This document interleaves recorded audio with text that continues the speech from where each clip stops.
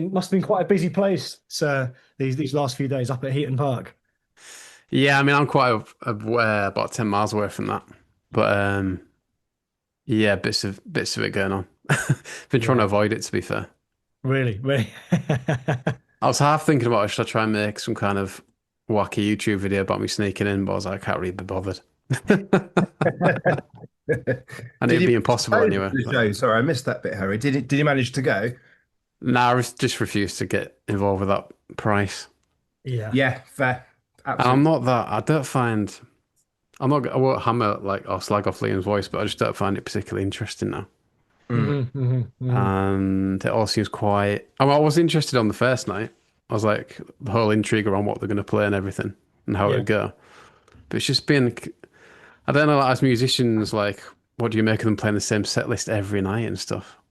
There was a Daily Mail article on it today that I just saw where people are quite divided because a lot of the time people are like, yeah, it's almost as if they rehearsed, And I suppose I get that side of it because there's so much tech going on behind the scenes to when you're sequencing a song live, and if there were a band Yeah. of libertines that could just kind of busk it, it'd be different. But coming back to it, they probably want to manage their expectations and manage all the unknown quantities. So like having the same set just enables Liam's voice to have that journey that it needs. Because if they came out and started with all like the raucous ones first, I think he'd be by 10 songs in, his voice would be shot.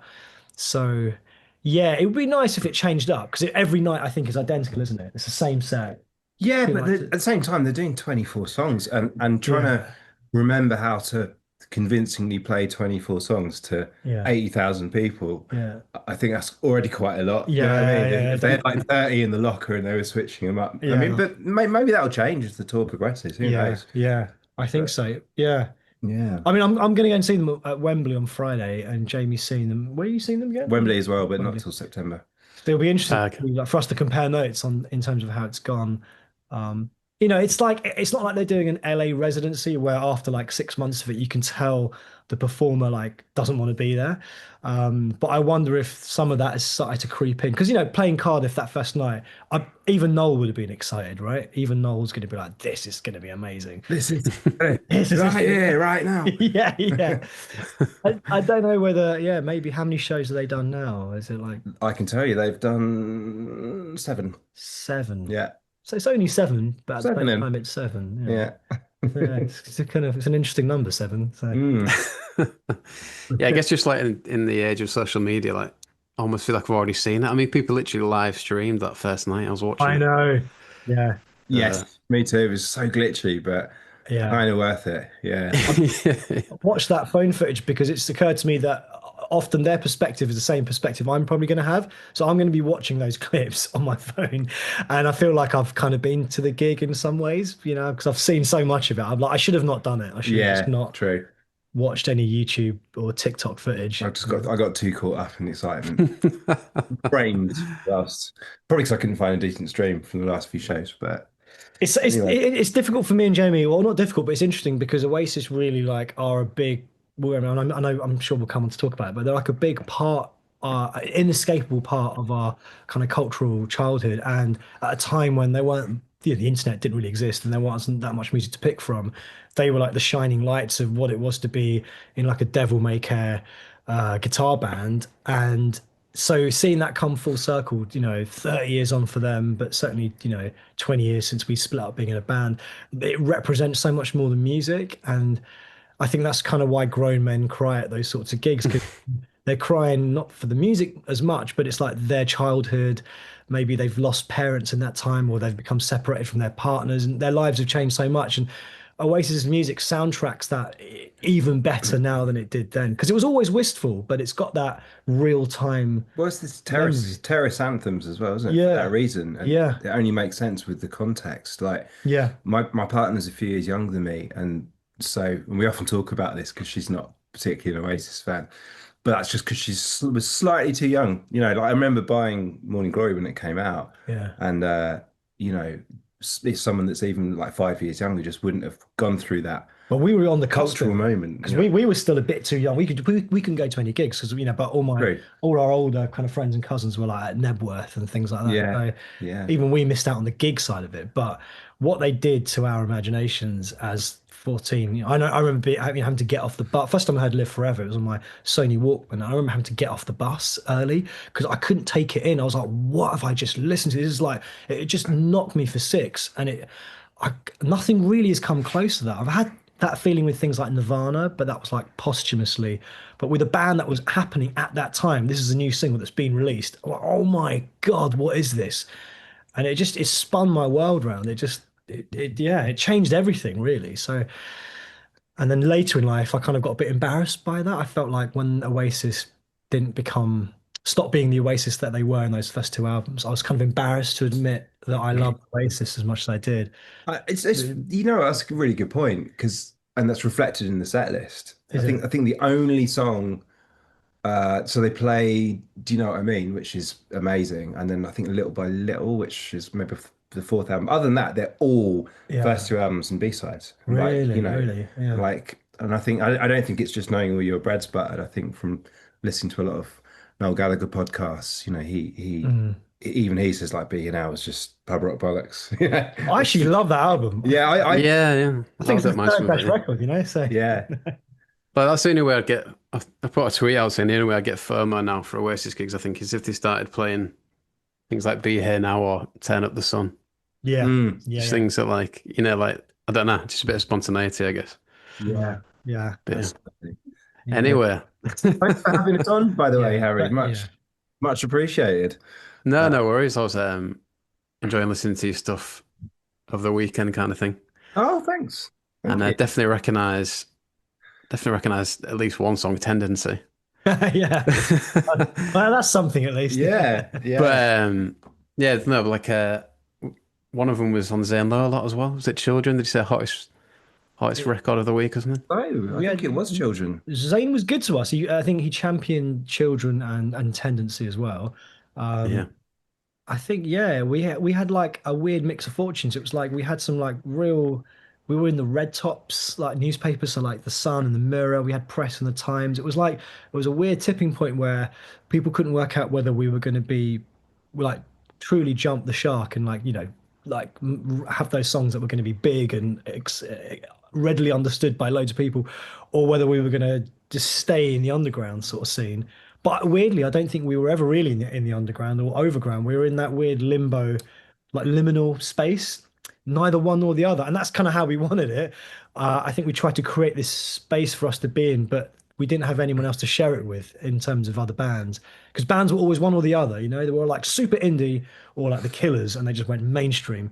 Mm. And we were kind of betwixt and between. Yeah, we was weird. We were sort of had one foot firmly in the 90s still. Because, Mm, I mean, really, we were writing those, well, quite a lot of those songs in, from 2000 onwards, I would say, mm, ish, you know, different iterations of it anyway, which is, and they often say it takes a few years for a new decade to establish itself, So we were sort of had one foot in the 90s, and yet we loved a lot of the stuff that was coming out around the same time we were, sort of our peers in air quotes. mm. But at the same time, yeah, we never quite fitted in, did we? In terms No, of there was a scene, and we were, a couple of our songs sort of yeah, knocked on that door of the scene, but yeah, then we'd do something else. And I yeah. think we would, we've been talking about this a lot, and as we kind of look back on those days, and I think it's one of the things that never quite got us to, we never quite got to where we wanted to be in our mind's eye. And I think part of the reason was because we'd switch it up. We'd do not like different genres exactly, and it always sounded like the band to me. But I think to the casual listener, it's like, oh, they've done this song that's kind of indie disco, hi hat kind of stuff. Then they'd do this really big indie anthem, but then they'd go totally left and do this kind of Radiohead style thing. And Mm, it was kind of like in the Talking Heads and all these different influences that we had. But I think if we were doing stuff now, that would be our probably one of our biggest strengths because the zeitgeist has moved on. If a band like the 1975, just do whatever they feel like doing, and people love them for that. If you see what I mean. Yeah, yeah. No, I know what you mean, definitely. It's a bit more of a different landscape now, yeah. Very different landscape. Yeah, I think there was quite that moment in time because one of the reasons we wanted to do the podcast as well is because obviously you're kind of apart from the great guests and whatnot that you've had on, but it's the fact that you're focusing on quite a specific period, which we sometimes talk about as a bit of a lost era in many ways because it was just on the cusp of the digital revolution, but not, it wasn't quite there yet, you know. So Mm. phone footage was terrible. People stopped using camcorders, but because they thought, oh, we've got cameras on our phones. But when you look at footage, it was bad, you know. And do you know what I mean? And it was before social media and before YouTube and all that kind of stuff. So it's a really interesting little pocket of time, you know. Yeah, and so much happened in that pocket of time, and so much of that culture of like UK, like British culture, potentially could get lost because of the lack of all like the technological support around it to kind of like record it. You know, there's no a lot of people when they look back, I think about 18-year-olds now who are going to uni or people who are at uni between 18 to 21. It's the first time in your life when you start to look back because you've lived for enough time to pull your head out of the present and go, oh, what was popping, around the time I was born? And it's really interesting why the way people do that, because we certainly did that, in the early noughties. We sort of look back, and the 20-year period we were looking back to, like most people our age, was like the mid 80s. So which is why that sound kind of emanated, because in the same way that people look back now and it's like you go back 20 years and that early noughties sound is kind of coming through again. We were doing that with the 80s. And so in many ways, so much of the live music I hear now is a bit like it's like the 80s via the early noughties. And ironically, or not ironically, funnily enough, bands in the 80s were doing that with the 60s, Yeah. or the 50s even. So young people always get to a stage where they start to like dig and research and they look back and they're trying to find inspiration. And all young people from between the ages of 18 to 25 were doing that with their parents' records, like that all that old vinyl, and we were discovering the same stuff because the further back you go, the less music there is. It's way more tribal as you go back in time. So all these young people from all over the country are discovering the same artists, like Talking Heads and the whole like CBGB movement, the Ramones, Blondie, all that stuff, Joy Division, Smiths, Cure. We all land on the same points. So when we all start making music, it kind of all ends up sounding like it's from a scene. But they're all people from different parts of the country, so a scene is only a scene if a bunch of journalists decide it's a scene. Other than that, it's just young people making music, and we were one of those young people. I agree, but I also think there's an aspect of like in the 90s, you know, our parents were playing us the Beatles and the Doors and a lot of stuff from the 60s because of Mm, that roughly 30-year gap, because that's what mm, they grew up listening to. So yeah, then it's kind of like playing, you know, you kind of almost pay it forward yeah, like 30 years. yes, yeah, It's yeah, weird. So it's yeah, like that's why I think there's such a thing about the 90s at the moment. And mm, then it will go on probably to the noughties, which is yeah, the era that we're kind of talking about, which it yeah, could be an interesting yeah, next decade or so, you yeah. know.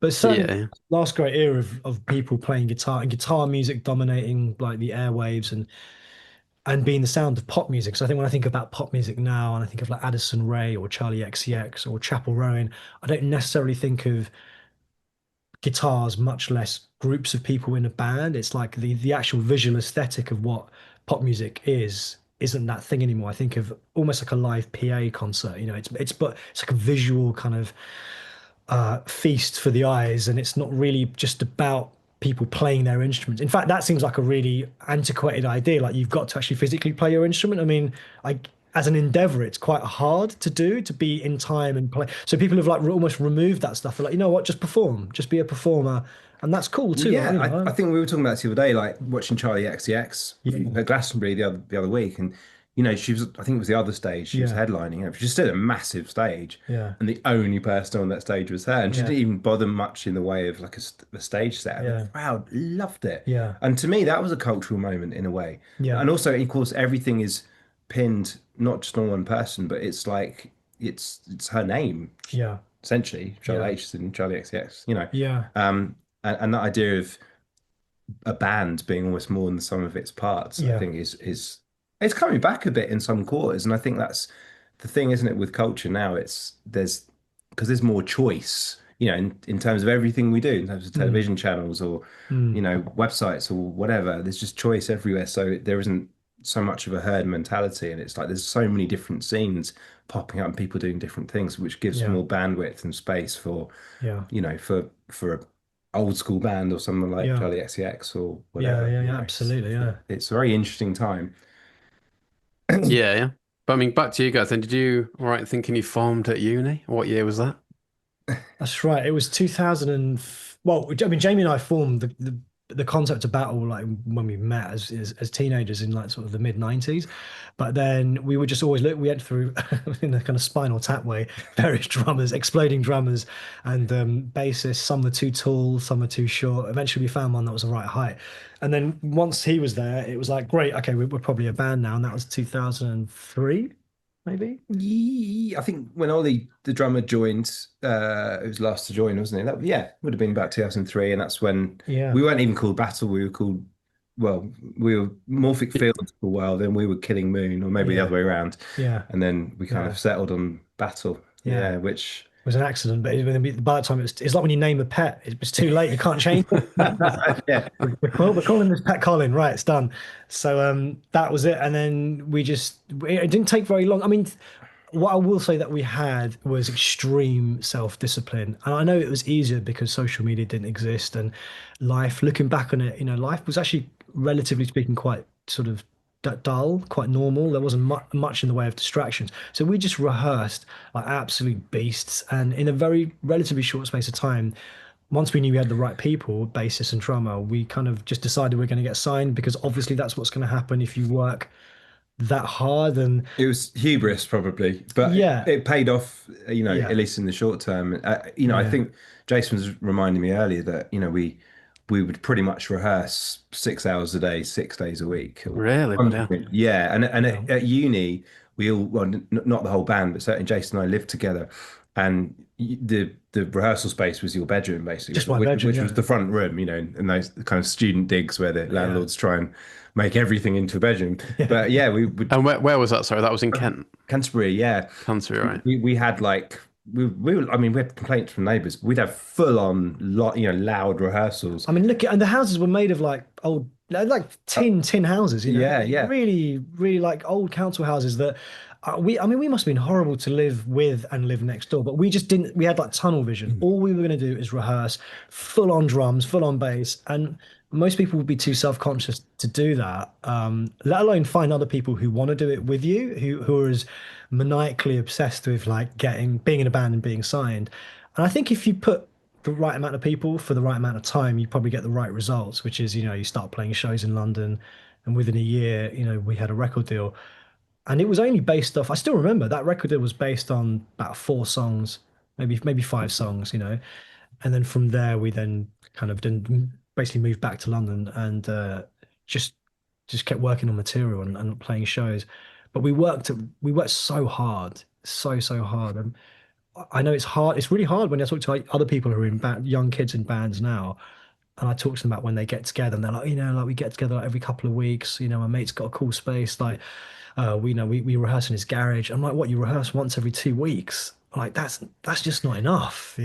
Yeah, and actually the drummer we had before Ollie, I remember like, and actually it was probably a little bit cruel looking back, but actually totally I feeds into like, so this was a drummer that we had at uni whilst we were still there, and it got to the summer months where like 3 months off or whatever it was, and we were like, great, 3 months, let's get it on, let's rehearse. And he was like, oh, I need to go back to Oxford because I've got a job and some summer work, I won't be able to rehearse for a little while. And we were like, it's not good enough, mate. Get rid of him. Get rid of him. Bye. Good luck. Yeah. Because we were pretty bloody minded, single-minded, whatever you call it. But yeah, we kind of finished studying. We were like, right, we've got to move the operation back up to ish London, Yeah. sort of London-ish. And then it's funny actually. We our bass player Tim, his parents very kindly said, oh, you can come and kind of stay at our house. So we used to go up and stay up there like 2 or 3 nights, or a couple of nights a week, I suppose. Yeah. And we'd rehearse in old disused bank vault in Luton, which was actually a Tony and Guy hairdressers upstairs.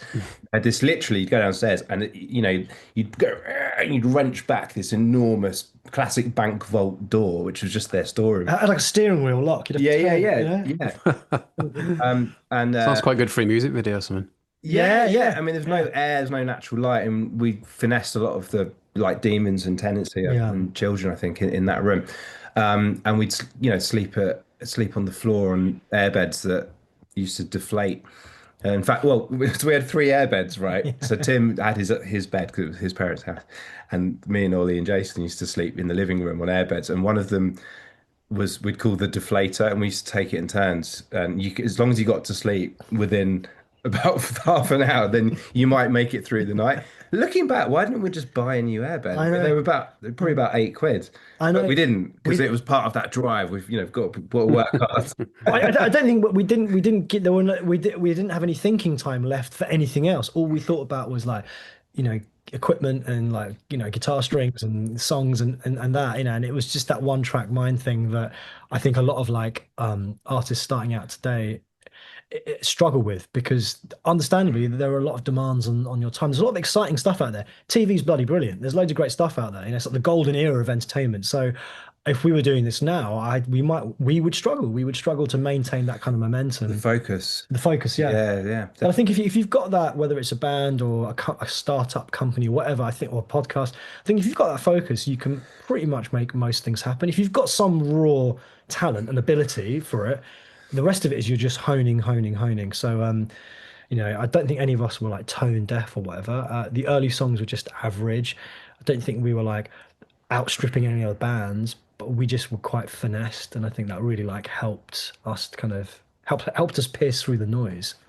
Yeah. Yeah, yeah. We were close enough to London to then, play lots of showcases. And yeah, we've had a little period. We were just remembering this earlier, kind of when the night started drawing in, probably Yeah, end of sort of autumn of 2004, I yeah, guess. yeah, And then we, for a little period, we're a bit of a buzz band, I suppose it was yeah, known at the time anyway. And we, yeah. had lots of A&Rs and managers and all sorts of people coming up to us.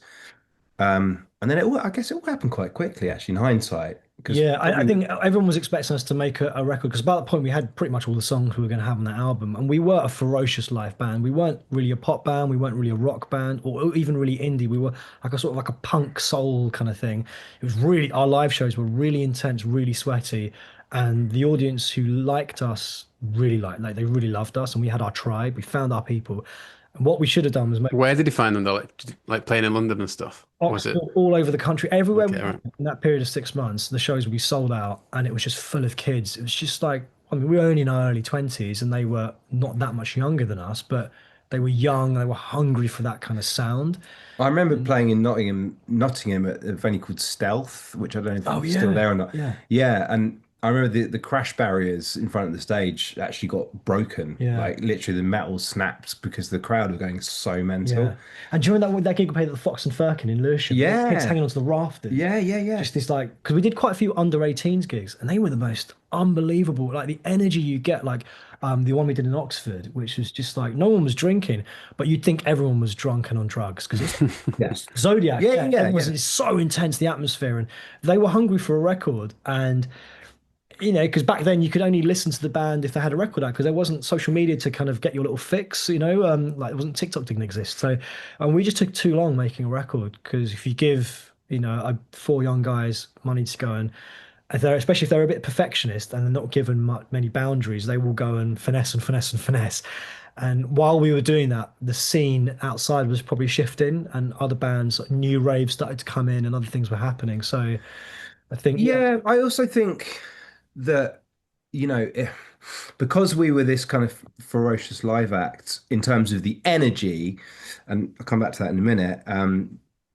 I think, understandably, the label and stuff wanted us to do, an all live record, which is what we did.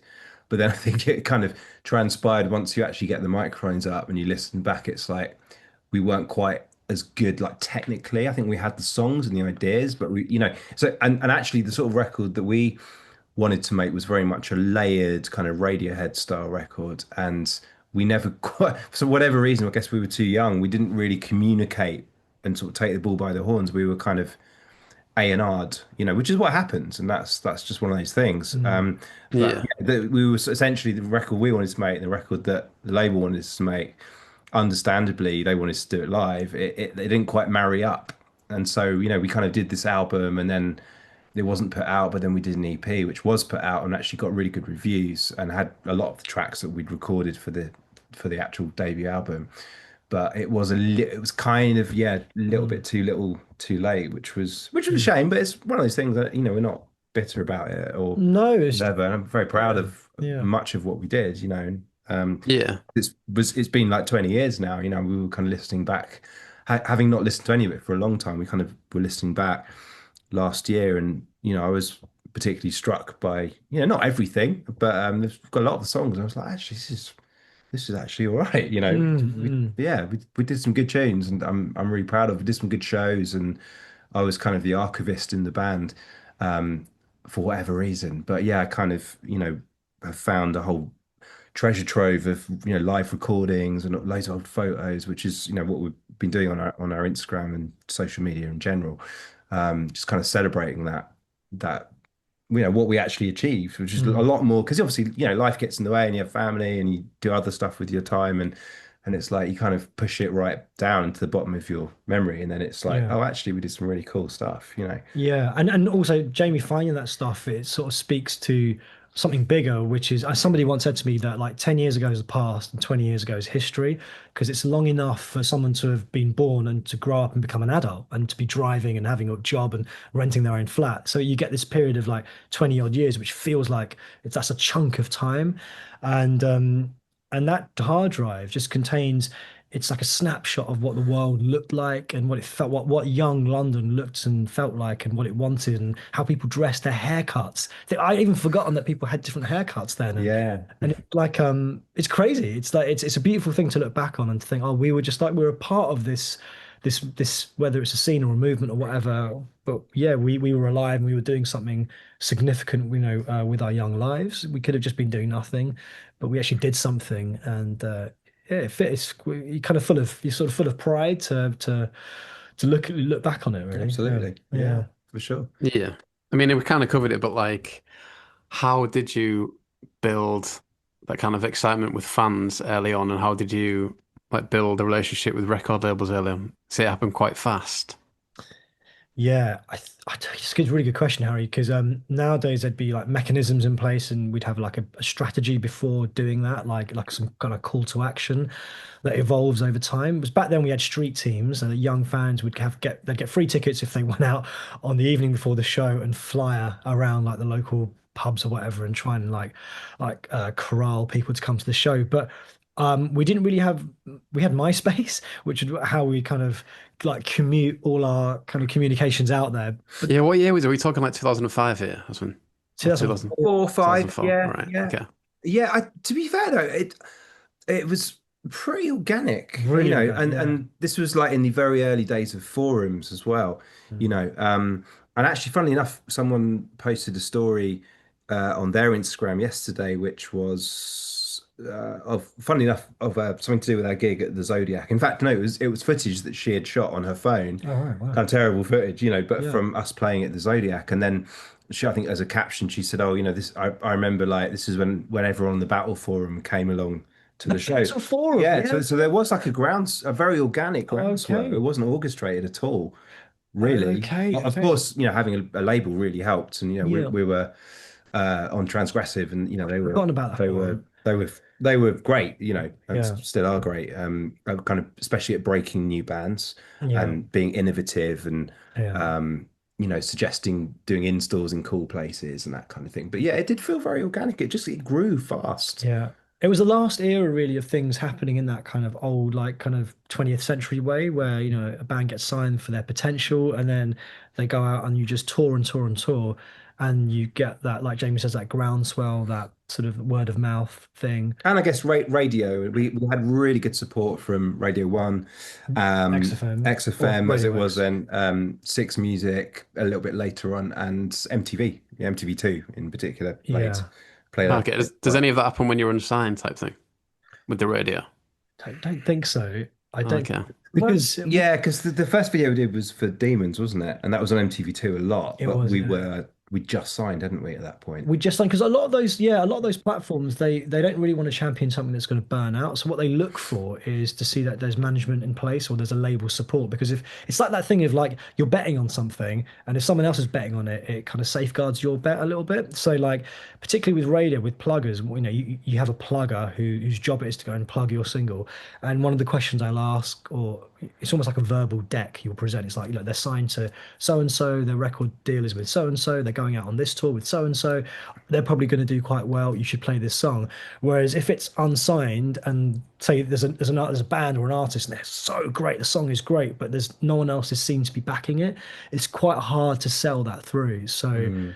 that's why it's not, I mean, it's like on the one hand, it's not fair, but I think once you start to get people to believe in you, like, from a corporate point of view, I think it definitely helps. And I think it's just part of the game. It's part of Momentum, isn't the it, really? It's momentum, yeah. classic momentum. Yeah. And actually, I think looking back now, probably, the label did a lot more than we would have realized at the time, in the background, in terms of, helping us get stuff on Yeah. MTV2, things like that. Because from our point of view, it just happened, Yeah. it just magically happened. But actually, obviously, a lot of work goes into that. So that Yeah. has to be, credit where it's due. But I guess also we actually played a lot of shows. I Hell can't of a remember lot. the Yeah. number now, because there is a number because Yeah. we've been looking back at all this archive stuff. But I mean, it's, something like 600 shows in 2 and a bit years, like Yeah. the 2 years that we were most active, whilst also, recording. We released nearly 30 songs, including all B-sides, when B-sides were a proper thing where you could really experiment, and there was Mm. less pressure and you could try stuff Mm. out, which was great to be part of that era. But Yeah. yeah, we released a lot of music, played a lot of shows. So I guess there was kind of a lot going on in the background that we weren't always aware of, because we Yeah. were Yeah. doing things like this, doing kind of interviews with people, and yeah, Yeah. press and shows and all that kind of stuff, music videos. So Yeah. it's a wild couple of years for It sure. was, yeah. And it was, and I think had we, usual thing of like, had we been quicker to capitalize on things, because it wasn't for like lack of an audience, or it wasn't for lack of support necessarily. I think but there were so many more bands coming through that we just, when you're a young band, I think you need to move fast and you need to write thick and fast. And if for a while I did some like artist mentorship, and artists would often the question would come up like, can you get signed, as you asked Harry yourself, like, can you get signed without that? Not can you get signed without that stuff, can you get exposure? And I do think you can, but I think it's harder. And I think the way you pay back that sort of that investment of time is by producing more material and by going out on the road and committing to that life. It's really hard to do, to spin loads of other plates. You've just got to do that one thing really well. Mm. And which is why, like, when bands like Arctic Monkeys came around, or like Block Party, who were just before us, the Arctics were just after us. When you peek behind the curtain and you look at their tour diaries, you see the level of work that goes into it. Like, it's unbelievable. And I actually think it's a lot of thing. It's a level of work that a lot of people would be justified in saying, I don't want to do that. Actually, Mm. I like to have quite a normal life. I mean, Andy Gunn, the bassist in the Arctics, just like about a year or two into it, he just was like, I actually don't want to, I'm not finding this enjoyable. It's going to leave because I just don't want to, I just want to be at home with my girlfriend, which is Mm. totally fine, because it's not a very glamorous life, because you just like every day is the same and you're just touring and touring, playing the same songs, because it's a career and you have to try and build on it and grow it into something. Yeah, it's It's not funny. for I everyone. went to see Block Party yesterday. They're playing down in Brighton, and because I'm friends with Russell, I was hanging out backstage. But actually, I was saying to Jason that, it's essentially the whole day is just spent waiting for that show, and everyone's just doing normal stuff, there's kids running around and Mm, having food and whatever, just chatting and twiddling your thumbs a bit. And then, which of course a lot of people think is glamorous, and then it comes to showtime. And I was saying, Jason, it was quite mm. inspiring actually, having watched Block Party God knows how many times, but they're still brilliant performers, just watching them kind of come to life at 9 o'clock and just smashing it. They did a brilliant set. And then of course at the end it's all back to the same, people just kind of chatting, milling around, waiting to leave essentially. So it's Yeah, like, yeah, everything's yeah, weighted towards this hour and a half explosion of yeah, of stage presence. But yeah, it's great. yeah, yeah. Yeah, I mean, you said you didn't feel part of a scene really, but did you get on with other bands quite well then? The Rakes were the band that I always remember being. I just used to love Alan from the Rakes. Yeah, they Just were crack me up. hilarious. They were just so funny. Lasso, the drummer. I mean, I remember them saying to us, we went on an early tour with them, and we were doing the Night and Day Cafe in Manchester. And I remember Alan pulled me aside, and he said, we watch you before we go on, and we keep talking about how your career is probably going to do this while we're going to do that, and that's not quite what happened. We sort of both did that, Yeah. but they really believed, they felt that they were watching this kind of like this new version of like Joy Division slash The Cure or whatever, and it was like they felt they were just doing this kind of like throwaway kind of fun indie thing, and actually we were doing this kind of like highbrow, like heavy sort of like indie thought-provoking music. We actually weren't. We were just kind of having fun up there, um, but yeah, we hung out with them a lot, and they were very like self-effacing and really like generous with their time and their beers, and so they always stand out for me. Yeah, there were lots of kind of hijinks, but actually looking back, very innocent Yeah, hijinks. yeah, I think they changed the sign on our dressing room door to cattle, yeah. and then we put the cakes on theirs. Very kind of sweet stuff that you might do when you're 12 at Like, school. yeah, yeah. But yeah, really, really lovely lads. I actually think they're a great band as well. I think their first album Amazing, yeah. is phenomenal. Yeah, yeah. Great band, yeah. Production's amazing as well. Yeah. Yeah. They were great. Oh, Towers of London, because we did a lot of NME tours. So like Nine Black Alps, Towers of London, The Rakes. Towers of London were the most just like what is it? Like I remember the first time I met them, we were somewhere like Birmingham or whatever or Sheffield. I remember opening the dressing room door, and Tommy, I think Tommy's his name, the lead singer, was sat down on the couch with Donny, sorry. yeah, with his hands behind his head, and he was going, "Oh," and I sort of looked down, and there was one of their young, I suppose, female fans performing fellatio. But and he went either close the door. He said something like, "Come in and close the door." Fuck off. And so I thought, oh, I'll leave you to it. So I left, and that was like day one of the tour, and I thought, if that's day one, Donny Tourette. Donny Tourette. That's it. Yeah. I can only imagine what the rest of the tour is going to be like. And it was, as you'd imagine, everything you'd think it would be. It was arranged. Yeah, it was. It was mental. Yeah, I Absolutely. actually went to see you. I actually went to see a gig on that tour, but you weren't playing. It was is it the Rizzler tour, NME Oh Rizzler? Yeah, yeah, yeah, yeah, yeah, yeah, yeah. yeah. That's Yeah, I right. went to see the one in Hull. It was Maxima Park and the Cribs and the Checks. Oh Maximo, yeah, yeah, oh, the the checks, the checks. check. Yeah, Yes, yeah, yeah. yeah. They would film a race managed to check, I did you think so, not? yeah, yeah. I think so. I think I he's think. part of that group because there were like there was other bands that ran alongside us. Like the Departure. Oh God, what else was I'm not there? sure. The Remember. Vega Method down here. Don't know if you Oh know them. yes, I actually couldn't tell you anything about them. I can't remember. Yeah, Not sure we necessarily played with them. I don't think we no, did, but Blackbud. it's just a name. It's Oh, just yeah, name, I yeah. mean, Good type sort of band, yeah. yeah, But loads. I mean, just maybe when you zoom right out, we were just one of many bands that were like a kind of footnote in that period. But yeah, to our people and to our fans, because some of those bands they felt a bit more manufactured. I mean, we weren't on any level manufactured, but they were sort of quickly sort of assembled because there was a scene happening, and we kind of weren't. And we had a tribe, we had people, and I think that's why if I have one, I don't have many regrets. If I have one regret, it's that I feel like to our fans, to all those kids that came and grew in numbers. I feel like we kind of not let them down, but we could have been more timely with like our releases and the kind of after sales service in terms of like how we were as aftercare service. aftercare service. That's it, Yeah, yeah. Because when we sort of just split up and disappeared, and we were, I think we're all of the mentality that when something's done, it's done. And there wasn't much of a legacy that we left digitally for people to kind of like sink their teeth into. And I think now that would happen, but mm, which is why we're doing what we're doing because we found all this stuff. And Jamie put it really well that we're sort of digital ghosts. We just didn't have even our DSPs just don't exist outside of the UK. Or if they do exist, they're a mess. So we were like, why don't we just clean this up? Why don't we just put all that stuff right and just actually try and create some kind of like digital presence for all those people that were at those shows and who really liked us. yeah. I mean, Spotify was a total mess. There was Mm. loads of songs missing, and then loads of other songs that weren't ours. Like trap artists and stuff. For whatever reason, getting kind of clogged up with our stuff, and it was just a nightmare. So that was, Yeah. yeah, that was how the looking back started. Really, it was just kind of like, Jason, have you seen the state of the Spotify? And I was like, no, I haven't. I was like, it's awful. So Yeah. yeah, we've kind of, with the help of the label, we've kind of got all that sorted now. So Yeah. Yeah. those all those Yeah. 30 songs are available, which is great.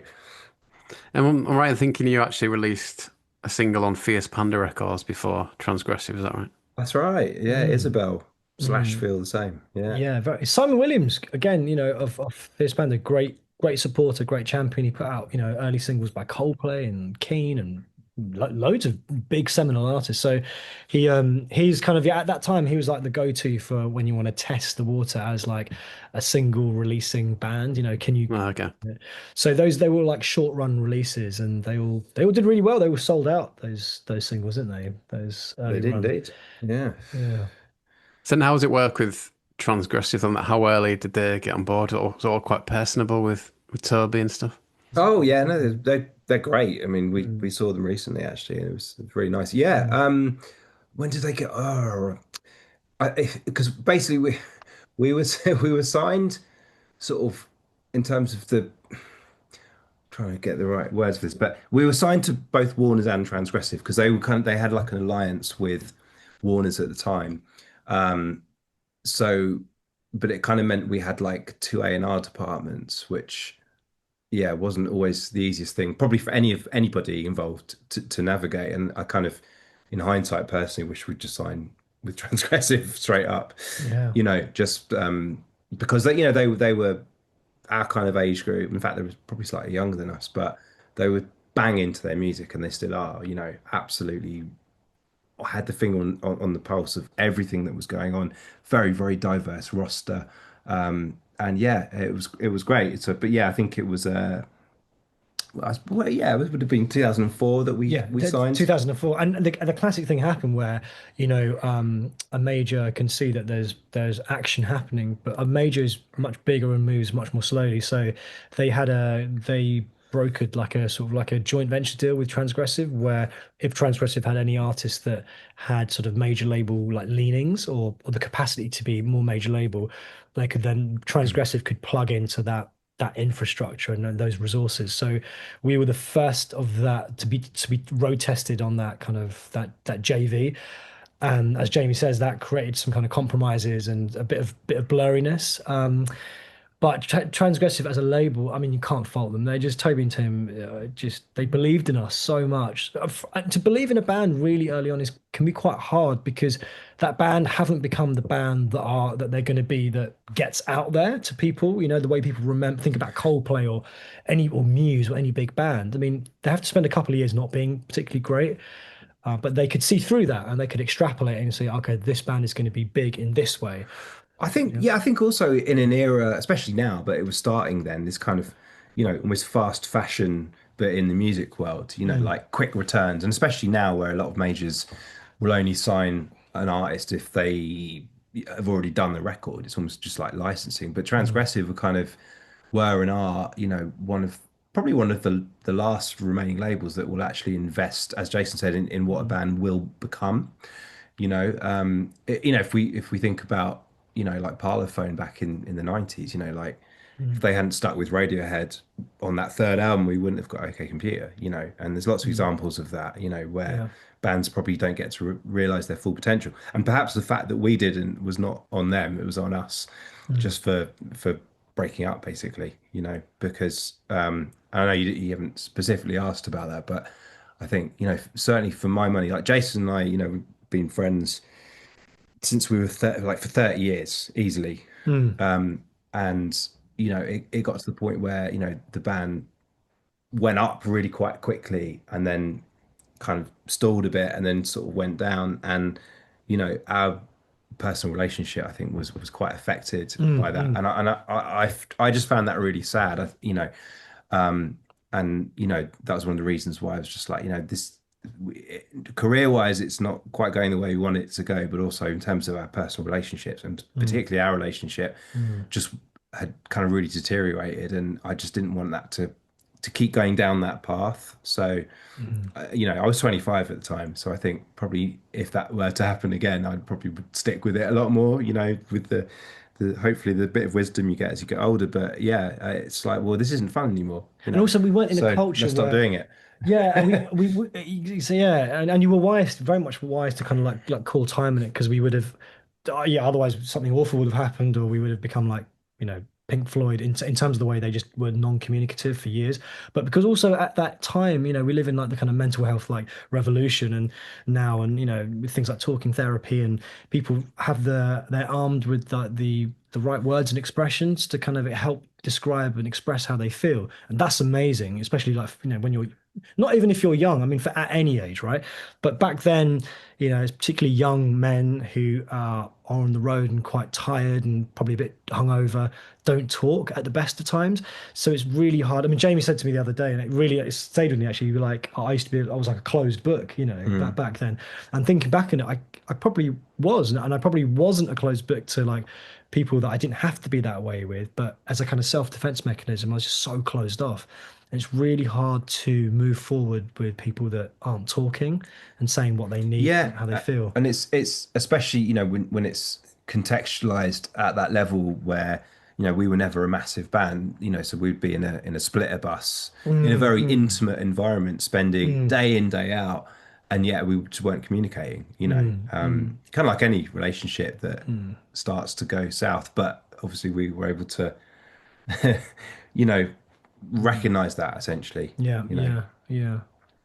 Yeah, I mean, you've got to be lucky to be in a band, I think, where kind of like power struggles or power dynamics that come into play. Even with my band, we lasted about a year or so, played about 15 gigs, and it was like the amount of power struggles going on was bizarre. what bands were you in, Harry? I was just in like a whole band called Awful Scenes.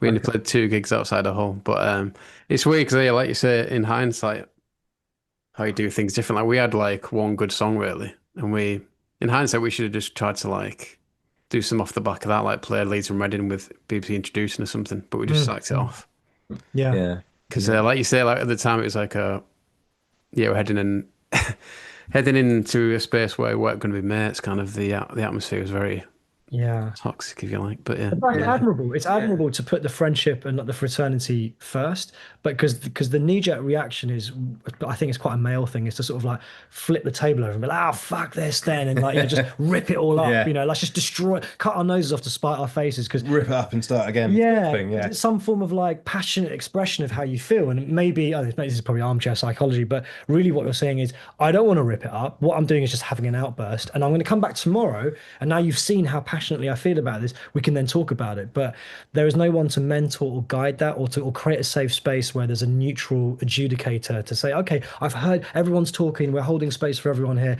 And actually, Here's a talking pillow. here's talking about, right? And we're older, so that doesn't feel as silly to say all that stuff now. But I know even if that had have happened, and even if we'd been 5 years older, at the age of like 28 or 30, I would have found that concept preposterous. I'd be like, fuck off, that sounds ridiculous. Yeah. I'm not doing that. I mean, that's just silly. Either it works or it doesn't. Everything's so binary, and music isn't like that. And which is why it's so admirable. Bands like whether it's Radiohead or Coldplay or Red Hot Chili Peppers or Kings of Leon that are career bands that just survive and survive and survive, and they overcome all of these deep emotional obstacles, personal obstacles, and the audience is none the wiser. They're just like machines that just keep going, keep going. But You also, I know, think critically, bands like that have some time off. They'll they take a do. year off or 9 months off, and we never had that luxury. You Yeah. know, Well, and that's the professional thing to do, right? You work hard, play hard. We never, yeah, we weren't professional, basically, I don't think. We yeah, and burnt out. I think because at the time things weren't quite going the way we wanted them to for lots of reasons, and our response to that was just to keep going. It's going to be better tomorrow. Let's keep writing, let's keep Yeah. playing. And actually, in hindsight, perhaps if we had taken a year out, which might have been hard financially, Yeah. let's be real, but Yeah. um, we may have kept going. But yeah, I think it was the right choice for Yeah. sure. And we released nearly 30 songs, like I said, which Yeah, and we never did anything musically that we felt pressured into. Everything we did was always on our own terms to a fault, and actually, I think made us hard to work with as a band from a corporate point of view. But we never compromised musically or on our aesthetic, our brand. Like we were, this is who we are, this is what we're doing. And the minute we couldn't quite do that, maybe that's when we threw our toys out the pram and went, right, we're not doing it anymore. But at least that safeguarded that finite like kind of catalog of music is 100% battle. It's like there are no compromises, mm, and that's something to be proud of. I think yeah, something to celebrate as we look back on it. yeah. yeah, yeah. Were there any other labels interested at the point where you signed to Transgressor? 4AD, Yeah, yeah. Ed Horrocks at 4AD. We would assigned, I think we would assign to him, and Michael Morley at Zomba Publishing had Toby and Tim not completely charmed us, and like they came in and they were just like, look, we really want to work with you guys, but Hmm. that's probably the other like the paradigm shift of like sliding doors moment where we would have signed And I think to them sort of Saul Galpern he was at new, Food. new. Oh, Nude, sorry, not Yeah, Food. Food is the label. Yeah, Nude. yeah, Yes, indeed. Saul Galpin, yeah. Yeah, yeah, yeah. The same, Seymour Stein, he was at Sire Records in New York, and he'd partnered with Toby and Tim at Transgressive for like the New York American releases, and we met him, and he'd like signed, Talking Heads and like Madonna, I think. So it was kind of like it felt like a really good Did fit, you know. did the Ramones? I I think think. he did the I think he Rose, did the yeah. Ramones. Yeah, So yeah. there's some really cool And like, the Smiths, of course. He did all the American Smith yeah, stuff as well. He was a bit of a of course, industry legend who, yeah, sadly passed a few years ago, I think now. yeah, Yeah, but he was a real character, Seymour Stein. In fact, yeah. who was it that was it Bell and Sebastian that wrote a song called Seymour Stein? Did that? Oh yeah, oh Yeah, rings a I bell, think it yeah, was. Yeah, he was a bit of a legend yeah, in the industry. So yeah, we certainly had label interest, and I think if we'd have played a longer ball game, we might have had more. But it's mm, just we were like as all bands are. You're impatient, and you're like, we want this now, and then mm, you're talking to lots of people, and then you just go with whoever seems to be the best fit, which for us was Transgressive. yeah, Um, yeah. Yeah. Did you get some kind of advance at that point that makes life a bit easier? yeah, well, to be honest, without going into all the specifics of it, but we were in hindsight quite lucky to be one of those last era bands that would actually get quite a healthy advance. So we were able to kind of Mm, make the records we wanted to make and have residential studios and had tour support, and we were actually financially really well looked after, both from record label and publisher, which is EMI Publishing, yeah. which was also a JV with Wichita Songs, Oh yeah, of Wichita course. being Block Party's label, but there was a so we had a publishing and a label JV on both, which looking back was probably a little bit overcomplicated. But We just had so many people working with us and kind of for us, and we were working for them too. And it was like this huge, like, if you imagine the org chart, it was just like really yeah, complicated. yeah, It's yeah. so difficult to, The Battle Org chart. Yeah, yeah. So yeah, that's one piece of advice I say to anyone starting off is like just streamline it, simplify and intensify. yeah, Keep yeah, it yeah. really simple And and you simplify. yeah, because it can get convoluted so quickly. And sometimes you think the more people at the table, it's like the more cooks in the kitchen, you're going to get better food, but actually probably not. Just keep it simple and keep it professional. Like you've got to treat it like you're going to a certain extent like it's like a startup, and it's your baby. You care passionately about it, but you've got to be professional and you've got to give people time off and. You've got to be respectful of other people's boundaries and things. And then I think things can grow and flourish. But if you just pummel people, like I think certainly in the early days, Jamie and we just worked people like dogs. Like Yeah, but we just it's funny. I was speaking to somebody at the Block Party show yesterday who's worked a lot in the music industry, and she was kind of saying, yeah, the thing is, a lot of young bands are really kind of good at the music side, the creative side, the performing side, the interview side. But when it comes to running a business, they haven't got a fucking clue how to do that, Mm, and we yeah. certainly didn't, Mm, And actually, it's on the artist. I think when you're lucky to be in the position we were, where you're signed effectively to a major label and you've got some mm, money behind you, you do take your eye off the ball of the business side, partly because you don't really know what it is because you're 23, 22. You yeah. just don't know about this stuff. Yeah. So, Yeah. but at the same time, you've got all that youthful energy, Yeah. So it's a, Yeah. it's a weird space to occupy, I think. But obviously, not just bands, artists now are obviously much more savvy because of the internet Mm, age. There's so much more information available and yeah. advice, and I think it's Sometimes too much advice. Everyone's got an opinion. yeah, There's like too many 2 cent coins like rattling around, and it can cause this kind of like paralysis of momentum. No one knows what to do, and people are sometimes too scared. I don't know whether it's fear of success or fear of failure, but people become like very inert and they don't do anything. But mm, I think we weren't guilty of that. We were in a lane and we just was going as fast as the car would take us. Just keep going, keep going, keep going, and that kind of got us across. We broke the noise and kind of got through. But as Jamie says, a lot of the things that didn't quite work out were because of our uncompromising nature. yeah. As musicians. Yeah, I mean the timeline of things. I'm trying to get my head around it today. It's quite confusing. Yeah, Everything we did was confusing. yeah, Yeah. So in terms of like, say, sign 2004, get some singles out, and then you had like a mini, well, it's called a mini album, but like an EP with seven Yeah, so tracks. what that's the thing. So we went to various studios, including Jacobs, where the Smiths recorded "The Queen Is Dead," Yeah. and also to Chapel Studios where Arctic Monkeys recorded their first album. So In fact, they just finished as we were going in. that's right, yeah. Yeah. And it was all residential. And we had like a chef, and Yeah. it was all pretty amazing. That was a real high point, I guess. Actually, the studio experience, the magic of the studio. Because Jason and I have both worked in production and songwriting for other bands Yeah. since, and I certainly got the bug of that from working in these beautiful studios. But yeah, we kind of did this album that was ostensibly a live album, as we mentioned earlier, and that Warner's just didn't want to release it, and for whatever reason. But as I said, I postulate now that it's just because we didn't communicate clearly enough the sort of record we wanted to make. So it ended up being a live record, and we weren't, across the four of us, probably quite good enough to, because that's Yeah. quite a big ask. Like no one probably does that now, like a true live record. It's much easier to track it, bit by bit and make it Yeah, fix everything, build it make it up. sound good. And yeah, But exactly. And yeah, the whole fixing it. I think they got it and it was like, oh, it just sounds a bit rough in the Yeah, edit. yeah. Which it did, in fairness. We Like, should have put a it lot of out. it did. We should have put it out. And But So actually, sorry, is this the one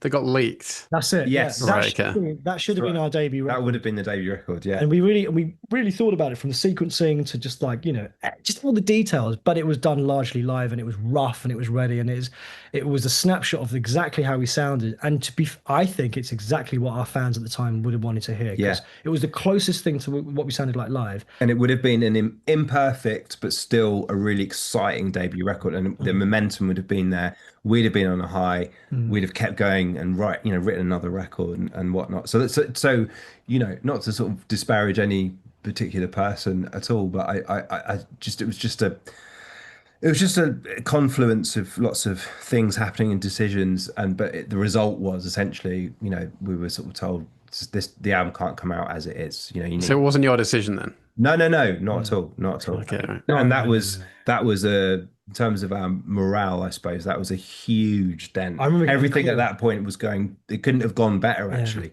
I remember getting the call. I think it got the call from you. I don't know why. Yeah, I think Jamie, called me up. I remember I was with my girlfriend at the time at my mum and dad's house, and my mum and dad had gone away, so we had the house to ourselves. And like, great, the album's done. Let's just like kick back for the weekend. Get this call from Jamie. Literally, get into the house, get a call from Jamie. He's like, mate, I think you need to sit down. I was like, right. It was, the album's not coming out. I was like, what do you mean? Why? What's wrong with it? And it was like, everything's wrong. We've got to start again. I'm like, you are joking. Like, no, we need to just go and rethink this whole thing. And other bands have done it. Like, Definitely Maybe was recorded 3 times. Yeah, yeah. And I don't know how that happened and that's just Oasis. I suppose that's their story and they managed it, but maybe they just did it very quickly. But to us, the thought of starting again, like we couldn't. But so was it just the sound they were happy with then? They were happy with, all right with the songs, it's just the sound of it. It didn't sound radio enough. It wasn't going to work in America. It wasn't going to sound. It wasn't the sound where radio was at, which was this much more like kind of finessed, like pulled together sound. It sounded like a live record, Yeah. Right. It sounded too underground, too left field, and too But raw. I think we rose to the challenge quite well because then we went into the studio again. We actually did a lot of recording looking back in those 2 or 3 years, as from when we got signed. But yeah, we went back and we on the EP that you mentioned, the mini album, which 7 tracks. We wrote a couple of new songs. We re-recorded some old stuff that we had. We got some of the original tracks we done on the album that wasn't released. They got mixed, by an amazing mixer called Adrian Hall, and suddenly we had what you'd call a package, to release. And it actually did really well. It got really good reviews. Yeah. And we toured a lot off the back of that.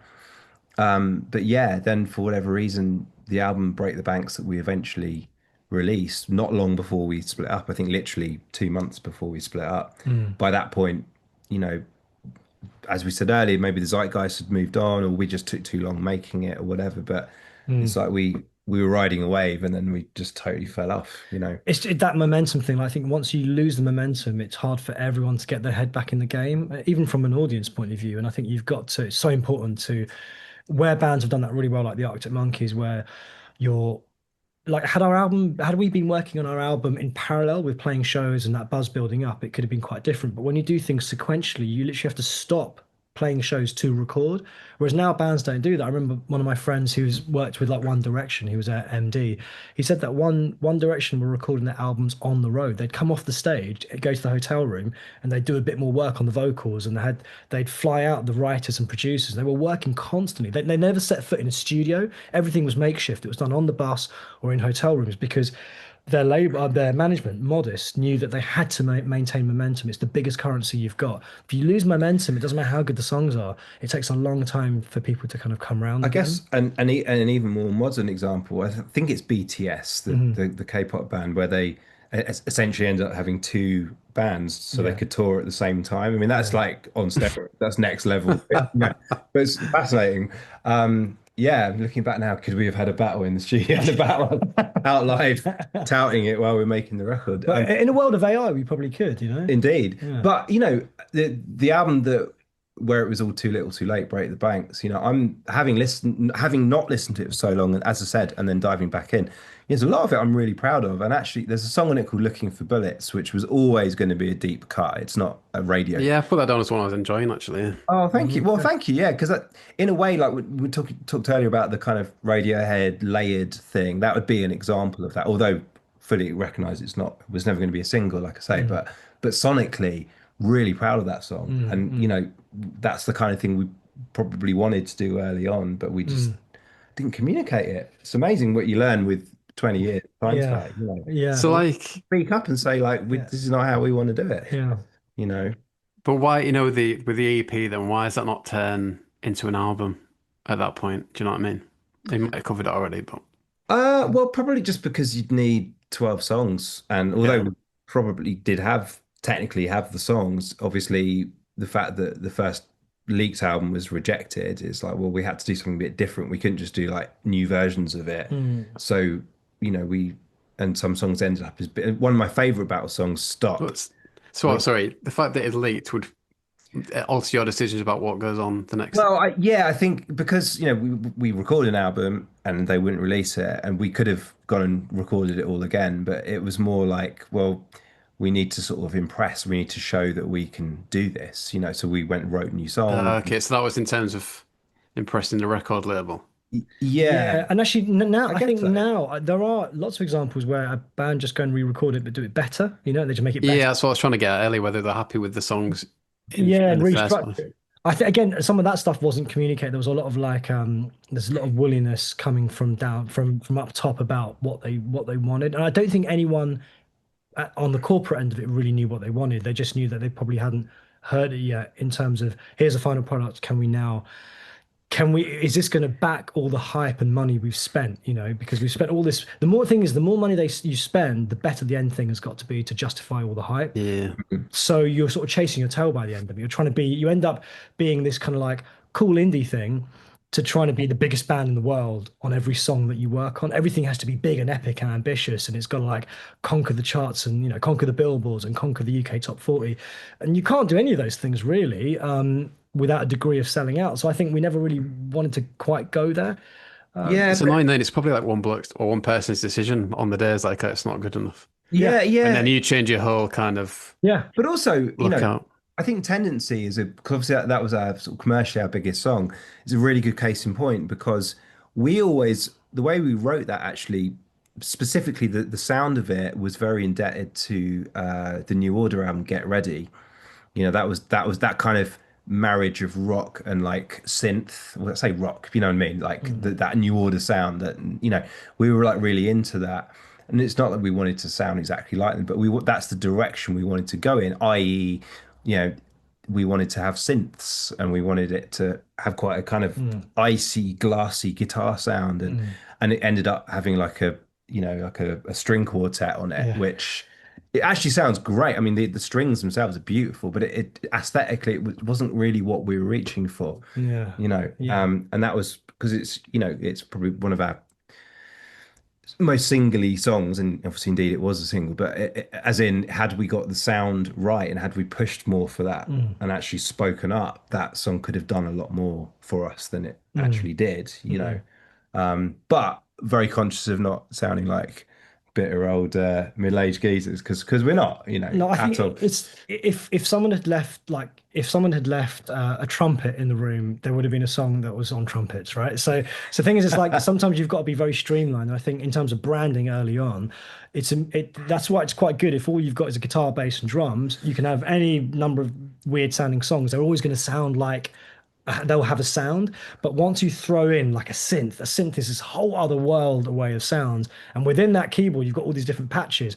So now you're introducing like all these weirdly, wildly different sounds, and it can really throw things. And particularly if you have like a successful, like breakout, runaway sort of hit, quote unquote, with one of the songs, if one is really successful, there will be a percentage of people who just want to have 10 more like that. And I get it, I understand that. And if they don't get that, if they just get kind of like indie floor filler type things, or not floor fillers, but indie songs, they're like, this is weird because you did this synth thing, which is like a dance song, and now we've just got kind of more like folky indie stuff. So like, what are you?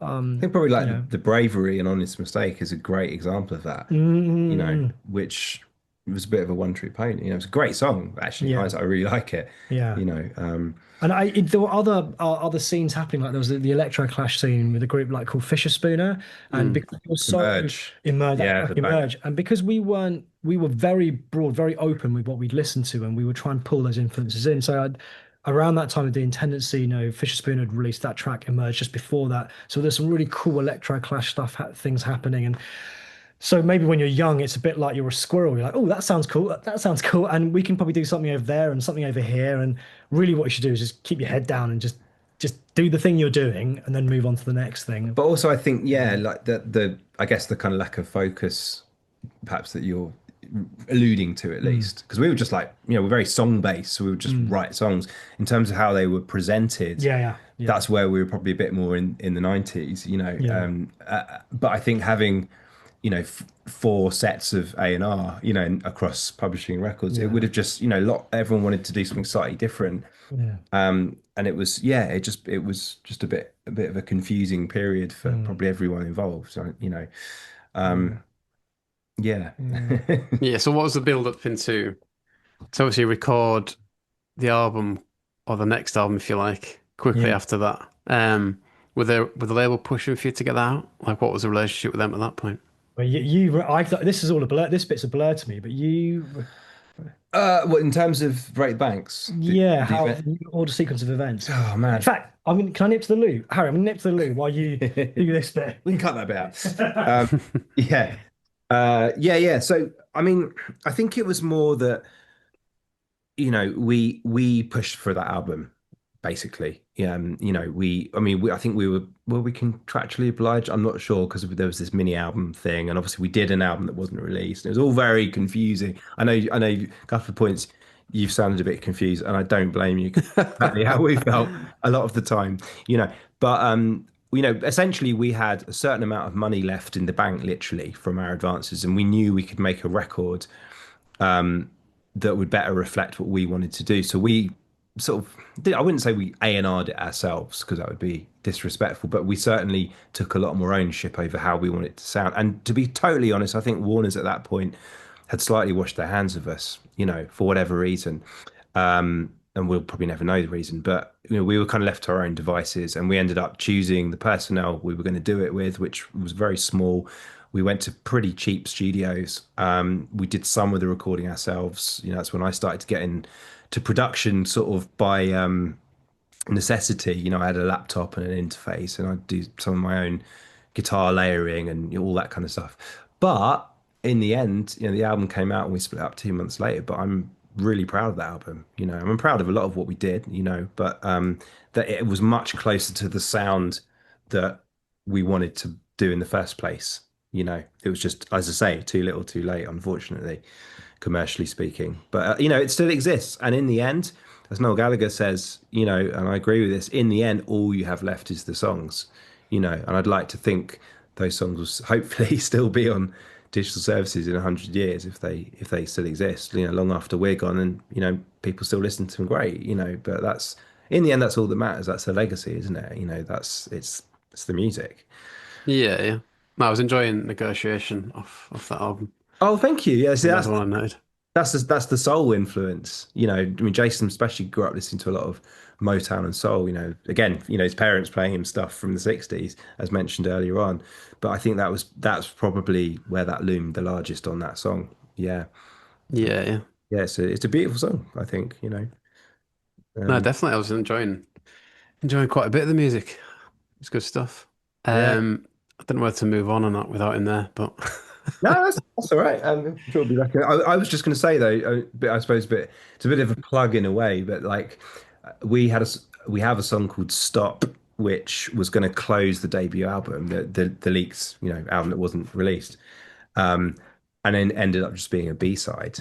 You know, I was just stop. yeah, and it's Always going on about I stop. know, but I just really, Yeah. it stood up to the test of 20 years. It still sounds like, I mean, Mm, it's not, mm, okay, sonically, production wise, it's not amazing, but as a song, mm. it's one of my personal favorites, and it just ended up as a B-side. It's Yeah. a very chaotic 2 or 3 years, wasn't it, really? Yeah. Yeah. Yeah.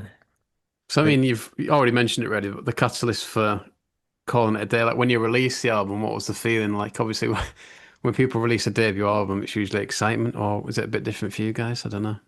Well, I suppose it didn't feel like a debut album, firstly, Mm, even though, of Yeah. course, it was, but because we'd already made an album 2 years previously and then done a sort of mini album. But um, to be totally honest, I mean, from what I personally remember, Jason may feel differently on this, but it didn't feel exciting at all, and it should have done. And that was one of the saddest things because we were really proud of it, you know. But at that time, it was literally, I think it was released in July, and we yeah. split in September 2007.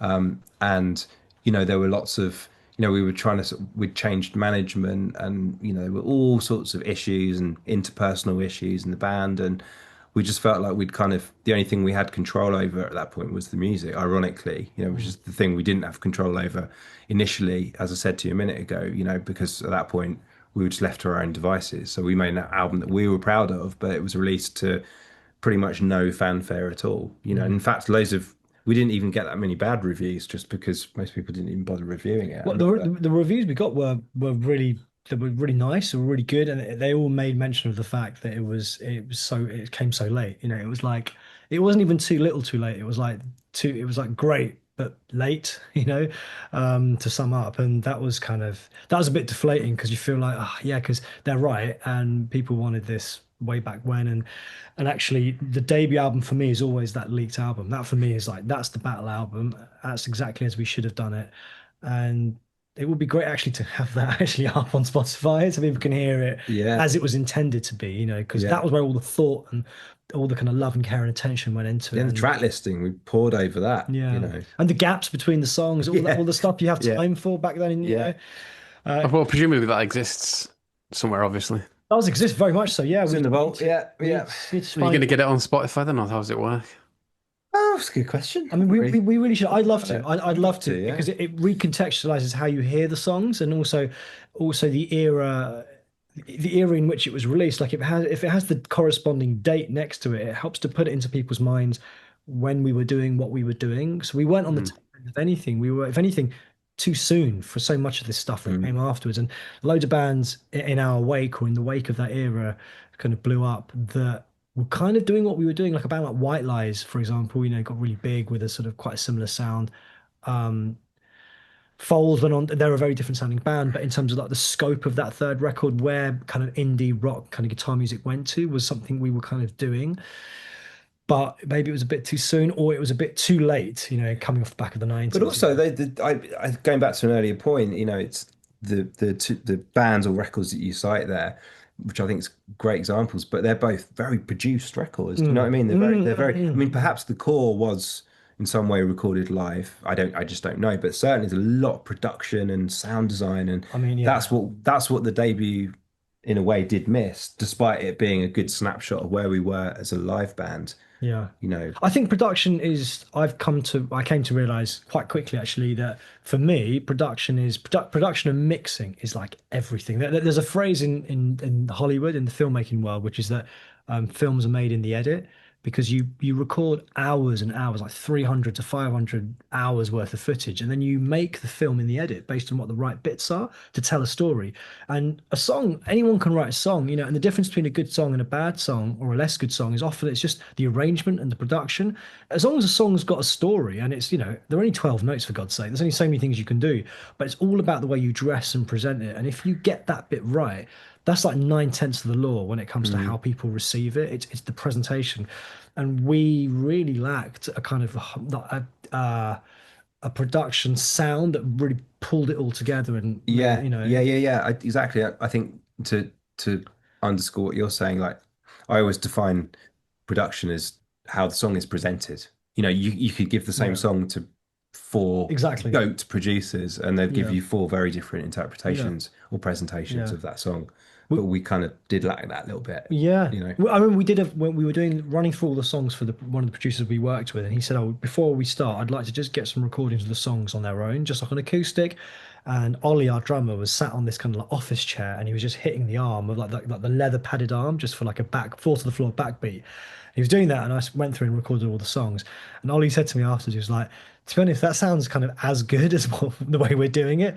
And it always stuck with me because it's sort of like sometimes you hear a song and like yeah, it could be an Adele song or a Lewis Capaldi, and there's nothing on it apart from a vocal and a piano. Yeah, That's the production. It's not like they couldn't think of what to do. They tried everything. They were like, you know what, the best thing for this is we just mute everything, just turn everything off. yeah. Because sure as hell, they've tried everything. There's bass, there's drums, there's loads of things firing off, and they've just muted everything, and they've gone for that, and that is a beautiful form of production. I think we could have maybe done that a bit more sometimes as well. Just had less could be more. Yeah. Um, but we're very young, and I think young people want to try everything, and they need It's guidance. funny though, like the first single we released was Demons, and that version, which I actually prefer to the later version, is now on Spotify, and it had a Mm, B-side called Damascus, mm, mm. and that was what got us a lot of attention. And funnily enough, they were mixed,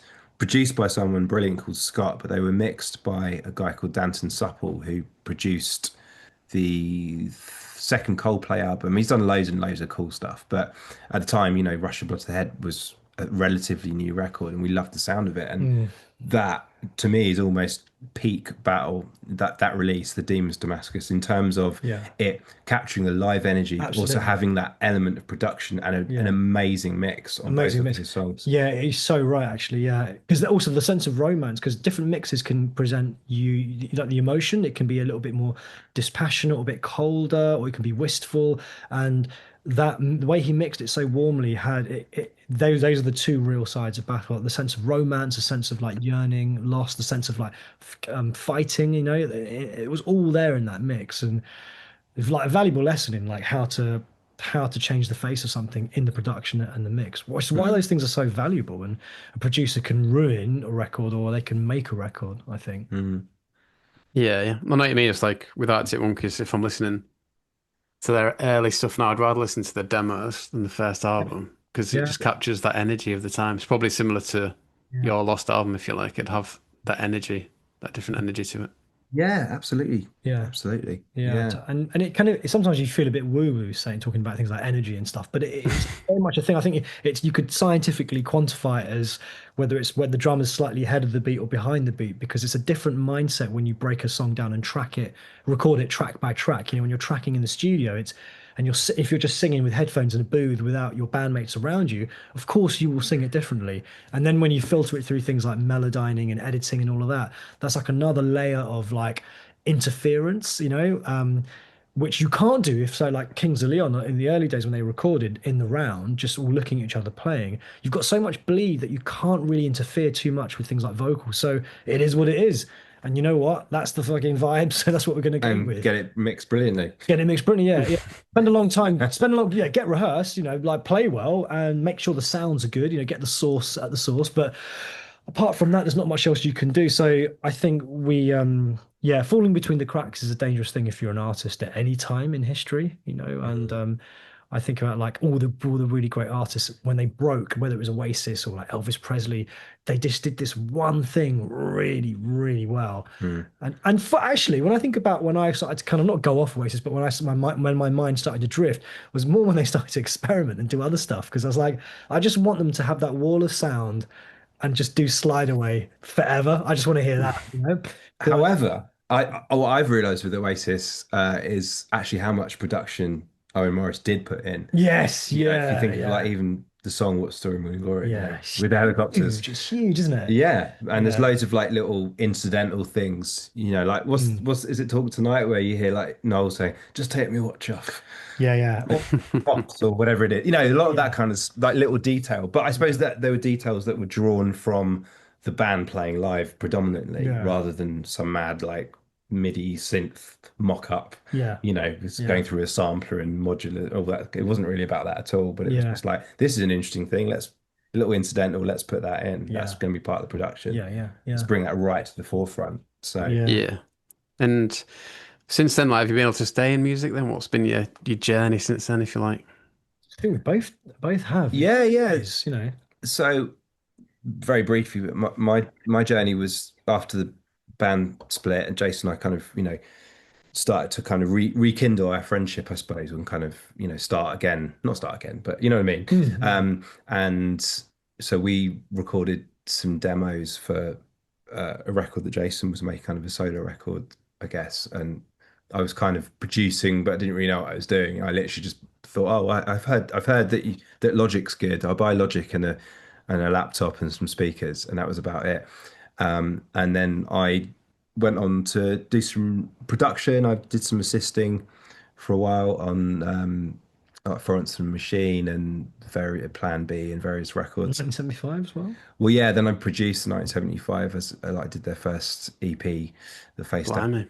Yeah, and then I worked with the Rifles, and I did a big pop record that was big in France, but no one knows about here, and kind of got more into like R&B pop, sort of new school R&B, you know, which is great. Worked with an artist called Veronica Fusaro, who's pretty big in Switzerland.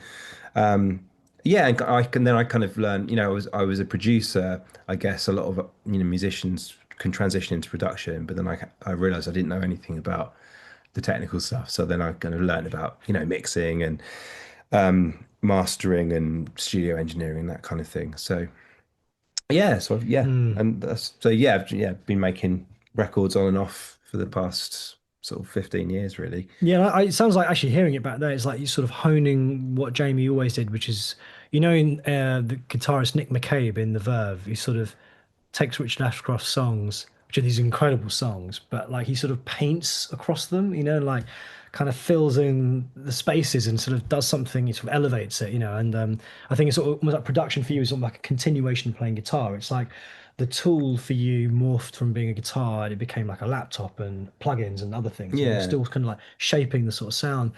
And I sort of did a similar thing, but in my own thing, went down the sort of songwriting thing even further. But EMI, who we were published to sign to, they signed me, and I signed a new deal with them. Effectively, they sort of kept me on as like a writer, and then I wrote with just whoever was in the EMI studio. So I had some weird writing sessions. I got sent off to a few sort of like songwriting kind of camp type places. I did some in Sweden, in America. I was in the room. I was kind of, I said this on another podcast actually. It was sort of, I did some like NDA songwriting, but, and I worked with, I was in the room with people like Usher or like Adam Wiles, who's Calvin Harris, and just roll deep, like really random sort of situations where I was just in the room and there was other writers there. And, but in that process, I learned a lot about, how to not be precious and how to like trust your instincts, how to write really, really fast. So I just kind of flexed that songwriting muscle with loads of different artists in loads of different genres. And I loved it. I really enjoyed it. I thought that's what I do forever. But after about like 15 or 10, 15 years of it, I just felt like I was just always in the service of other people. I just like I'm here to make everyone else sound good. And I felt like there was this like tiny niggling itch, which was imperceptible to begin with, but it had grown into this like, I've got to scratch this itch, which is just making my own music. I just want to write I want to just write songs not for other people. I just want to write songs You that did I a lot of sing. ADEV as well, didn't you? Did lots of, yeah. So I got into that kind of artist development thing, and it's so funny because when you're on the other side of it, when the boot's on the other foot, and you get to see other artists struggling with things that you went through, suddenly it's easy to formalize. It's like a form of therapy by proxy because you sort of like, oh, that's what I was going through, or that's how they should be dealing with this thing. Because when you're doing it, it's like you're just in the weeds with it, right? When someone else is doing it and you've got the objectivity on it, you can see it for what it is. So I learned to kind of like work through a lot of my issues and things. A big part of it was like finding the right kind of like life partner, the right person to be with, who it's amazing how having like the love and support of somebody who really sees you and really hears you can totally transform and take all the monkeys off your back. Because I think for a long time I was walking around feeling quite sort of annoyed and confused, and like, what the hell am I? What am I doing? And even when I had success with things, it was never felt particularly sweet. But sometimes it just takes someone to say, like, maybe you should just do you for a bit and see how that goes. And that all kind of coincided with Jamie saying, our Spotify is a mess. Should we sort that out? And initially I was like, oh God, because I'm quite modernist. I didn't really want to focus on things in the past, like yesterday is yesterday. But then actually spending this time going through this archive of battle stuff from 20 years ago, I've gotten way more joy out of this than I have out of anything I've done recently. And also, I've worked with a lot of artists that I've seen just piss their opportunities up the wall just by being too perfectionist or taking too long or just being too silly. And I'm like, I'm just tired of just like, like basically wasting time on other people that aren't just capitalizing, on their efforts. So I think, yeah, that kind of sort of turned the corner, and that all kind of happened at the sort of same sort of time as Jamie. I think you called me up once. I had a dream about playing live, and I was like, "Wow, that's so weird." I had a dream too that we were in battle and we were playing a gig. And isn't that really weird? We both had the same dream at the same time. So we're still trying to figure out what it all means. But we're just right now we're just kind of going through it all together. Yeah, yeah, yeah, yeah.